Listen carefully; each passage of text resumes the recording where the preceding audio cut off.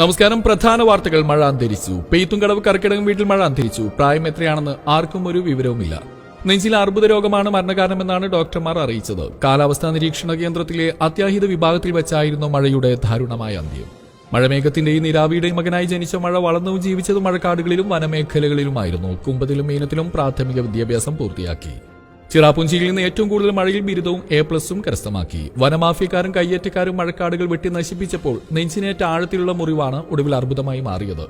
പ്രകൃതി സംരക്ഷണ സമിതിയുടെയും വനസംരക്ഷകരുടെയും കാരുണ്യത്തിലാണ് ഇത്രയും നാൾ മഴ പെയ്ത് ജീവിച്ചത്. പ്രകൃതിയുടെയും തങ്ങളുടെയും ഭാവി ചോദ്യചിഹ്നമായെന്നും മഴയുടെ മരണം കാലാവസ്ഥാ കുടുംബത്തിന് തീരാ നഷ്ടമായെന്നുമാണ് കിണറുകളും അരുവികളും പുഴകളും കുളങ്ങളും പ്രതികരിച്ചത്. നിരവധി തവണ ബംഗാൾ ന്യൂനമർദ്ദ പുരസ്കാരം ലഭിച്ചിട്ടുണ്ട്. കാലാവസ്ഥാ നിരീക്ഷണ കേന്ദ്രത്തിൽ പൊതുദർശനത്തിന് വെച്ച ശേഷം മൃതദേഹം നാളെ പാലക്കാട് പൊതുശ്മശാനത്തിൽ സംസ്കരിക്കും. വനമാഫിയോടുള്ള രോഷം പ്രകടിപ്പിച്ച് സൂര്യന്റെ നേതൃത്വത്തിലുള്ള വൻ പ്രതിഷേധം കേരളത്തിൽ തുടരുകയാണ്. വരൾച്ചയും സൂര്യതാപവും ഐക്യദാർഢ്യവുമായി രംഗത്ത് വന്നിട്ടുണ്ട്. ഇടവപ്പാതി കുടുംബാംഗം പേമാരിയാണ് ഏക ഭാര്യ. ചനമ്പിന്ന റെയിൻ ഗേൾസ് ഹൈസ്കൂൾ വിദ്യാർത്ഥിനി കുമാരി ചറവറ മഴ ഏകമകളാണ്. മിന്നൽ, ഇടിവെട്ട്, കൊടുങ്കാറ്റ് ഇവർ പരേതന്റെ സഹോദരങ്ങളാണ്. ഇതോടുകൂടി വാർത്താ ബുള്ളറ്റിൻ അവസാനിക്കുന്നു. ആരും തല്ലിക്കുന്നെങ്കിൽ അടുത്ത വാർത്തയുമായി വൈകുന്നേരം 7 മണിക്ക് കാണാം. നന്ദി, നമസ്കാരം.